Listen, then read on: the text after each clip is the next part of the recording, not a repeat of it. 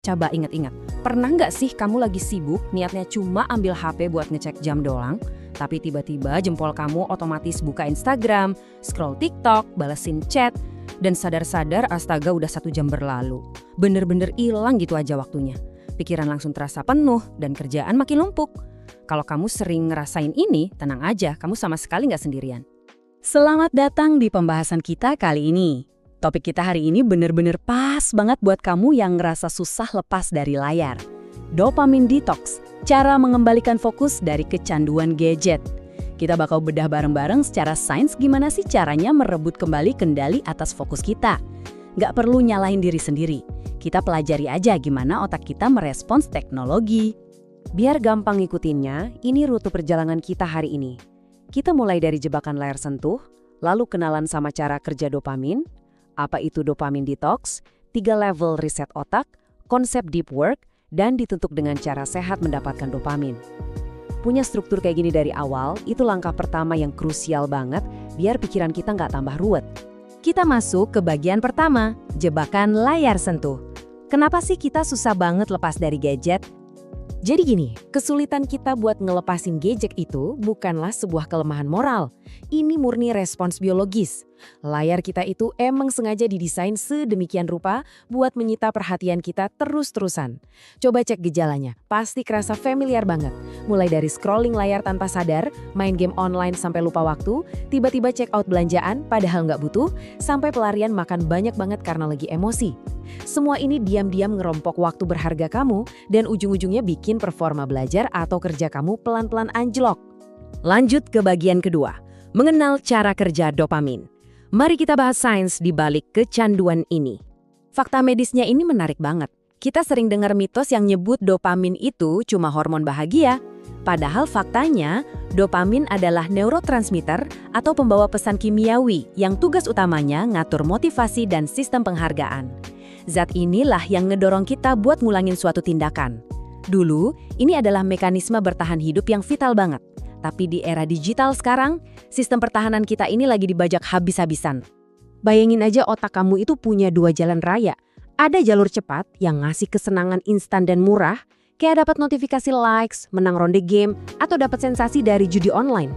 Di sisi lain, ada jalur normal, yaitu hal-hal bermakna yang sebenarnya butuh proses dan usaha, kayak belajar buat ujian atau ngerjain hobi baru.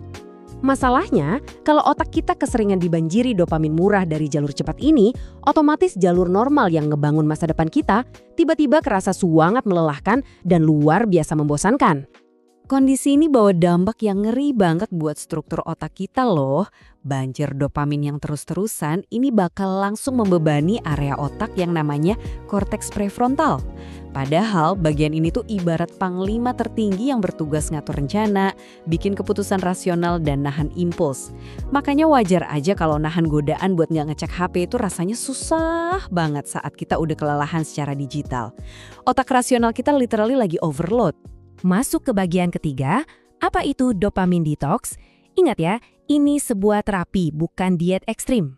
Istilah dopamine detox ini pertama kali dikenalin sama psikiater klinis Dr. Cameron Spa di tahun 2019. Sebenarnya ini tuh salah satu bentuk terapi perilaku kognitif atau gampangnya CBT. Intinya ini kerangka kerja terstruktur buat ngelola sifat impulsif kita dan melatih kesadaran diri. Tapi ada satu hal yang harus benar-benar diluruskan. Detox ini sama sekali bukan berarti kamu berusaha membuang dopamin dari otak kamu. Nggak gitu konsepnya. Serius deh. Kalau kita sampai ngehilangin dopamin sepenuhnya, itu justru malah petaka medis. Kita di sini cuma lagi puasa dari rangsangan yang berlebihan. Kalau kadar dopamin kita beneran terlalu rendah, dampaknya fatal. Kontrol motorik bisa hilang, otot kaku, susah tidur, sampai konsentrasi ambyar. Gejalanya itu mirip banget sama penyakit Parkinson. Jadi sekali lagi, tujuan kita murni cuma ngeriset toleransi otak kita terhadap gangguan. Oke, kita lanjut ke bagian keempat. 3 level riset otak. Ini strategi super praktis dari penulis Thibaut Muris. Lewat panduan Thibaut Muris, ada 3 tingkatan detox yang bisa kamu pilih. Level paling ekstrim itu detox 48 jam. Kamu benar-benar ngejauhin dari semua layar selama 3 hari penuh, kayak hidup di biara. Kalau terlalu berat, ada detox 24 jam. Cukup 1 hari aja tanpa gadget. Tapi kalau kamu ngerasa kewalahan banget, saya sangat nyaranin buat mulai dari detox partial.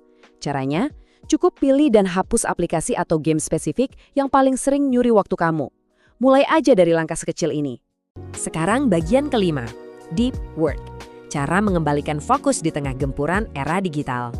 Saya antusias banget nih sama kutipan dari Profesor Cal Newport. Kehidupan yang mendalam adalah kehidupan yang baik.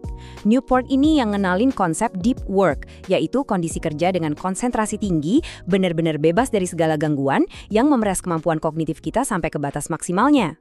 Deep work ini luar biasa karena dia bisa mengubah cara otak kita berfungsi dan memperkuat jalur saraf.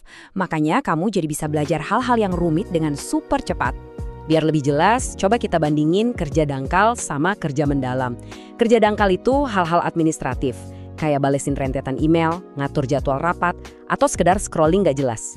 Emang sih kerjaan ini nggak bisa dihindari 100%. Tapi kalau kamu bisa meminimalisir porsinya, kamu bakal ngebuka ruang yang sangat luas buat kerja mendalam.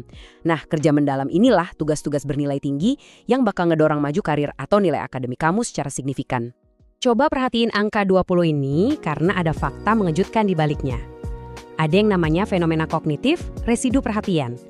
Coba bayangin, kamu lagi fokus ngerjain tugas susah lalu HP bunyi, dan kamu ngelirik layarnya walau cuma sedetik, otak kamu langsung terpecah. Dan tahu nggak, butuh waktu lebih dari 20 menit supaya otak kamu bisa dapat momentum fokusnya lagi.